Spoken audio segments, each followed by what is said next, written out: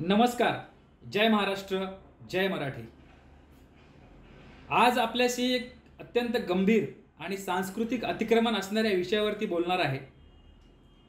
महाराष्ट्र हे एक भाषिक मराठी राज्य संविधानानुसार राज्यघटनेनुसार भाषिक आधारे स्थापन झालेले हे राज्य आणि मुंबईसह संयुक्त महाराष्ट्रामध्ये 107 हुतात्मे गेले।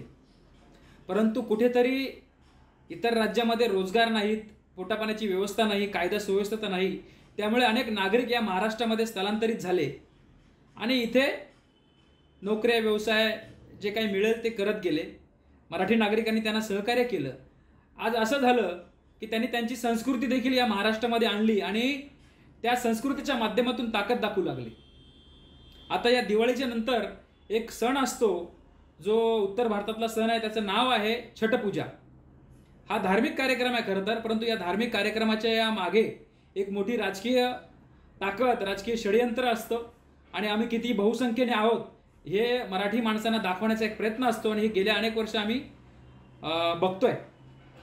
या व्हिडिओच्या माध्यमातून मराठी एकीकरण समिती सर्व प्रशासनाला विनंती करते आणि आम्ही तसं अनेक पत्र, ईमेलच्या माध्यमातून निवेदनं दिलेले आहेत की गणेश उत्सवाच्या धर्तीवरती हा जो सण आहे हा महाराष्ट्राचा सण नाही, महाराष्ट्राची संस्कृती नाही आहे। तर कुठेतरी महाराष्ट्राच्या सणावरती एक अतिक्रमण होतंय म्हणून आणि पर्यावरण, स्वच्छता या दृष्टीने याला परवानगी नाकारण्यात यावी अशी मागणी आम्ही केलेली आहे।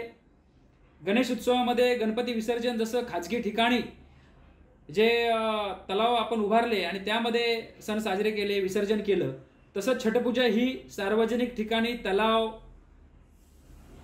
स्थिर पाणवठे, सरोवरे आणि आपल्या ज्या चौपाटी आहेत या ठिकाणी परवानगी देऊ नये म्हणून आम्ही मुंबई पोलीस, मुंबई जिल्हाधिकारी, उपनगर पोलीस, उपनगर जिल्हाधिकारी, मीरा भाईंदर महानगरपालिका, वसई विरार महानगरपालिका, ठाणे पोलीस, ठाणे महानगरपालिका, नवी मुंबई पोलीस, नवी मुंबई महानगरपालिका, पनवेल महानगरपालिका, वसई विरार महानगरपालिका, पालघर जिल्हाधिकारी अशा विविध प्रशासनाला आम्ही निवेदन दिलेले आहेत, ईमेल पाठवलेले आहेत आणि हा सण एक स्थलांतरित नागरिकाचा सण आहे। त्याच्या महाराष्ट्राच्या संस्कृतीचे काही संबंध नसल्यामुळे हा खाजगी स्वरूपात असला पाहिजे। मुळात हा सण जो आहे याच्यामध्ये अनेक गोष्टी त्या पाण्यामध्ये फेकल्या जातात, त्यामुळे पर्यावरणाचा ऱ्हास होऊ शकतो, अस्वच्छता पसरते।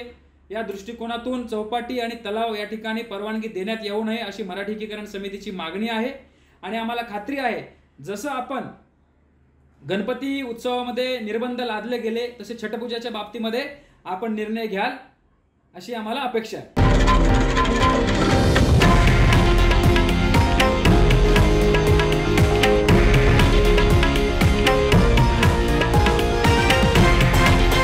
हे आहे देशातील नंबर 1 न्यूज नेटवर्क आणि आपण पाहत आहात TV9 मराठी, एकमेव।